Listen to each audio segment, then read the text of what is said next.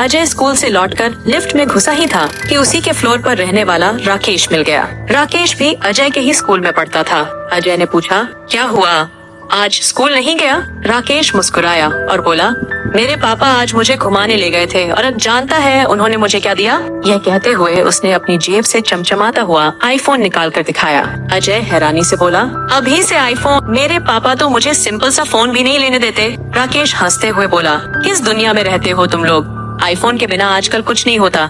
जिसके पास आईफोन नहीं, लोग उसे गरीब समझते हैं। लिफ्ट का दरवाजा खुला और दोनों अपने अपने घर चले गए। घर पहुंचते ही अजय परेशान होकर अपने कमरे में चला गया। वह एक मध्यम वर्गीय परिवार से था। उसके पापा संतोष जी एक प्राइवेट कंपनी में नौकरी करते थे। हर महीने की सैलरी से फ्लैट और गाड़ी की EMI निकल जाती, तब कहीं जाकर घर का खर्च चलता। नई सोसाइटी में शिफ्ट होने के बाद खर्चे और बढ़ गए थे। राधिका जी कमरे में आई और प्यार से बोली, क्या हुआ बेटा, तबीयत ठीक नहीं है? चल खाना खा ले। अजय ने लेटे लेटे ही जवाब दिया, मुझे भूख नहीं है।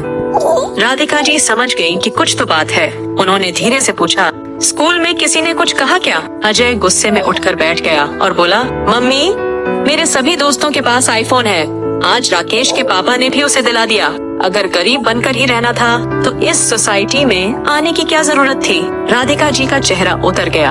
उन्होंने संयम रखते हुए समझाया, बेटा ऐसा मत कहो, इस फ्लैट को लेने के लिए हमने बहुत संघर्ष किया है। इसकी EMI, गाड़ी की EMI और बाकी खर्च, इन सब के बाद किसी तरह घर चलता है। लेकिन अजय का गुस्सा कम नहीं हुआ। वह बोला, बस यही बहाने हर बार लगाते हो। पापा को कहो ना, कोई अच्छी कंपनी में नौकरी कर ले जहाँ अच्छी सैलरी मिले। अब राधिका जी का गुस्सा फूट पड़ा। तुझे क्या लगता है तेरे पापा जानबूझकर कम सैलरी की नौकरी कर रहे हैं? तुझे क्या पता कितने लोग रोज अपनी नौकरी खो रहे हैं। कान खोलकर सुन ले, कोई आईफोन नहीं मिलेगा। स्कूल की फीस भर रहे हैं, वही बहुत है। अपनी पढ़ाई कर और इन सब चक्करों में मत पड़। मम्मी के गुस्से को देखकर अजय चुप हो गया और मुंह फेर कर सो गया। शाम को जब संतोष जी घर आए तो उन्हें अजय की जिद के बारे में पता चला। वे गुस्से से बोले, अजय, मैं तुम्हें आईफोन नहीं दिलवा सकता। जब तुम स्कूल खत्म कर लोगे तब एक साधारण फोन मिल जाएगा। इससे ज्यादा की उम्मीद मुझसे मत करना। अजय नाराज होते हुए बोला, पापा, आपको पता है ना, इस सोसाइटी में और स्कूल में सभी के पास महंगे फोन हैं, अच्छे कपड़े हैं, बाइक है। हमें यहाँ आना ही नहीं चाहिए था। संतोष जी ने गहरी सांस ली और कहा, बेटा, स्टेटस दिखाने के लिए खर्चे बढ़ाना समझदारी नहीं होती। हमें अपनी औकात में रहना चाहिए। अजय चुपचाप अपने कमरे में चला गया। उसके मन में बगावत की आग जल रही थी। सुबह जब संतोष जी उठे तो अजय घर पर नहीं था। उन्होंने उसे नए से हर जगह ढूंढा, लेकिन वह कहीं नहीं मिला। राधिका जी रोते हुए एक खत पकड़ाकर बोली, अजय घर छोड़कर चला गया। संतोष जी कांपते हाथों से खत खोला। पापा, मैं घर छोड़कर जा रहा हूँ, अब कुछ बनकर ही लौटूंगा।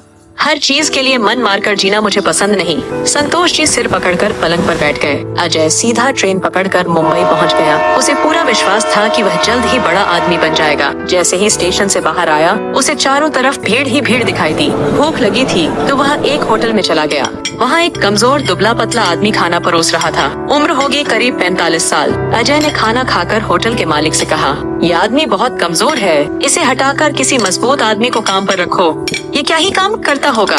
होटल मालिक ने गहरी सांस ली और कहा, बेटा, यह आदमी बहुत अमीर बाप की औलाद है। 20 साल पहले यह भी किसी बात पर गुस्सा होकर घर छोड़कर यहाँ आ गया था। जब इसे कोई अच्छा काम नहीं मिला तो मजबूरी में होटल में काम करने लगा। फिर जब घर वापस गया तो उसके माता पिता इंतजार करते करते मर चुके थे।